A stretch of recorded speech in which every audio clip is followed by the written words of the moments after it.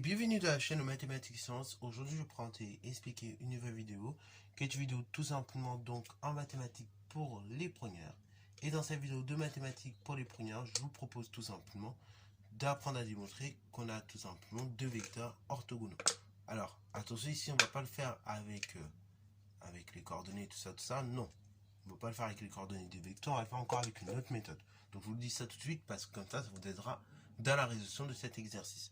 Du coup, ici, vous avez trois points avec leurs coordonnées. On nous demande de montrer que les vecteurs A, B et AC sont orthogonaux. Donc, pour ce faire, je vous laisse mettre la vidéo en pause, réaliser tranquillement cet exercice.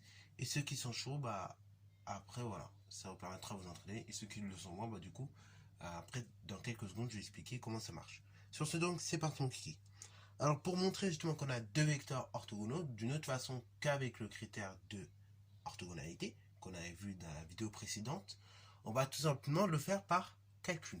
Par calcul et pas n'importe quel calcul, genre de plus 3, non. En fait, quand vous avez deux vecteurs U et V qui sont orthogonaux, ça veut dire quoi? Ça veut dire que la norme de U au carré plus la norme de V au carré est égale à la norme de U plus B au carré. Ok? Donc, autrement dit, et là, le but, c'est de montrer qu'on a cette égalité qui est vérifiée. Alors, ce que je vous propose ici, c'est de calculer trois coordonnées. C'est plus simple. Parce que j'ai essayé de le faire autrement, et même, vous pourrez essayer. Certains vont y arriver, d'autres vont moins bien arriver. Ok? Et c'est plus compliqué en faisant d'une autre manière. Là, vraiment, je vous propose de calculer trois coordonnées, c'est-à-dire les coordonnées du vecteur AB, du vecteur AC, et les coordonnées du vecteur somme. Donc, AB plus AC. Je vous propose ça, comme ça au moins, il y aura très peu d'erreurs. Ça permettra de limiter les erreurs. Après, une fois qu'on aura calculé les coordonnées de chacun de ces vecteurs, des trois vecteurs, je vais donc tout simplement, dans un second temps, m'occuper des normes. Ok? Pour chacun des vecteurs, je vais calculer les normes. Et après, donc, je ferai mon petit calcul final pour voir si l'égalité est vérifiée ou pas. Égalité vérifiée, vecteur orthogonal. Égalité pas vérifiée, pas de vecteur orthogonal. Ok? Donc, quand je dis égalité, c'est l'égalité que je viens de citer tout à l'heure. Quand on a deux vecteurs UV qui sont orthogonaux. Alors, du coup, c'est parti, mon kiki. On commence par le vecteur AB. On calcule ses coordonnées. Du coup, c'est l'abscisse de B moins l'abscisse de A. Et en ordonnée, c'est l'ordonnée de B moins l'ordonnée de A. Équivaut à vecteur AB qui a pour coordonnée la chose suivante. L'abscisse de B, donc 3, moins l'abscisse de A, 2. L'ordonnée de B, c'est 1, moins l'ordonnée de A, 0. Vecteur AB a donc pour coordonnée la chose suivante. 3 moins 2, ça fait 1, 1 moins 0, 1.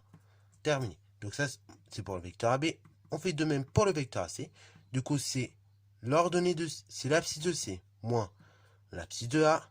C'est l'ordonnée donc de C moins l'ordonnée de A.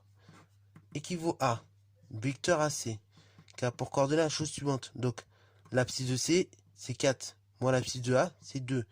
L'ordonnée de C, c'est moins 2. Moins l'ordonnée de A, 0. Vecteur AC a donc pour coordonnée la chose suivante. 4 moins 2, ça fait 2. Et moins 2, moins 0, ça fait moins 2. Voilà donc les coordonnées de mes deux vecteurs AB et AC. Maintenant, j'en déduis les coordonnées du vecteur AB plus AC. Alors, soit vous faites de façon directe, ou soit, regardez la méthode que je vais faire. C'est tout simple. Ici, je veux les coordonnées du vecteur AB plus AC. J'additionnerai donc les coordonnées, l'abscisse de AB avec celle de AC, et l'ordonnée de AB avec celle de AC. Ainsi, donc, ça fait XAB plus XAC en abscisse, et en ordonnée, ce sera l'ordonnée de AB plus l'ordonnée de AC. Équivaut à vecteur AB plus AC qui a pour coordonnée chose suivante. Donc ce sera 1 plus 2. Et après, donc en ordonnée, ce sera 1 plus moins 2. Donc 1 moins 2 directement. Vecteur AB plus AC a donc pour coordonnée la chose suivante. 1 plus 2, 3. 1 moins 2, moins 1. Terminé. Donc là, j'ai les coordonnées de mes trois vecteurs. J'en déduis donc leur norme. Et je rappelle que la norme d'un vecteur, c'est très simple. Vous prenez l'abscisse, vous faites racine carrée de l'abscisse au carré, plus l'ordonnée au carré. Donc là, ici, je commence par le vecteur AB. Donc AB, le vecteur AB, il a pour norme x, racine carrée de x au carré plus y au carré. Ce qui fait donc que le vecteur AB a pour norme racine carrée de 1 au carré plus 1 au carré. Ce qui fait donc vecteur AB qui a pour norme J'ai oublié de préciser, mais c'est toujours important. Donc, on calcule la norme. Donc, ça fait que le vecteur AB a pour norme. Donc, racine carrée de 1 au carré, ça fait 1, plus 1 au carré, ça fait à nouveau 1. 1 plus 1 égale 2. Donc, norme du vecteur AB égale à 2. Magnifique. On fait de même avec le second. Donc là, ici, je vais calculer la norme du vecteur AC. Norme du vecteur AC est égale racine carrée de x au carré plus y au carré. Norme du vecteur AC est donc égale à la chose suivante. Donc, ce sera l'abscisse au carré, 2 au carré, plus l'ordonnée au carré, moins 2, que je lève au carré. Ça fait donc vecteur AC qui est égal à la chose suivante. 2 au carré, 4, plus moins 2 au carré, à nouveau 4. Donc ça fera 4 plus 4, racine carrée de 8. On fait de même avec le dernier vecteur. Donc là, je détermine la norme du vecteur AB plus AC. Donc ici, ce sera racine carrée de x au carré plus y au carré. Ça fait une norme du vecteur AB plus vecteur AC qui est égal à la chose suivante. Donc ça sera tout simplement 3 au carré plus moins 1, le tout au carré. Ce qui fait une norme du vecteur AB plus le vecteur AC qui a pour norme la chose suivante. 3 au carré, 9, plus moins 1 au carré, donc ça fait 1. Donc 9 plus 1, ça fait 10. Donc racine carrée de 10. Voilà, j'ai une norme de mes 3 vecteurs.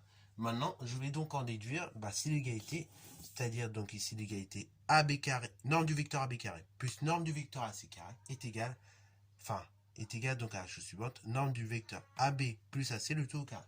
Est-ce que cette égalité-là est bien vérifiée? Et bien, on va le voir. Donc ici, j'ai une norme de chacun de mes vecteurs. Donc maintenant, je détermine tout simplement tranquillement les choses. Donc, norme du vecteur AB au carré plus norme du vecteur AC au carré, c'est donc égal à la chose suivante. C'est racine carrée de 2 au carré plus racine carrée de 8 au carré. Ce qui fait donc 2 plus 8 égale 10. Jusque-là, on est d'accord. Deuxième des choses, je vais faire la même avec le vecteur AB plus AC. Je vais tout simplement élever cette norme au carré. Donc, norme du vecteur AB plus AC, le tout au carré, c'est donc égal à racine carrée de 10 au carré. Et là, vous sentez le truc venir, ça fait également 10. Donc, conclusion, qu'est-ce qui se passe?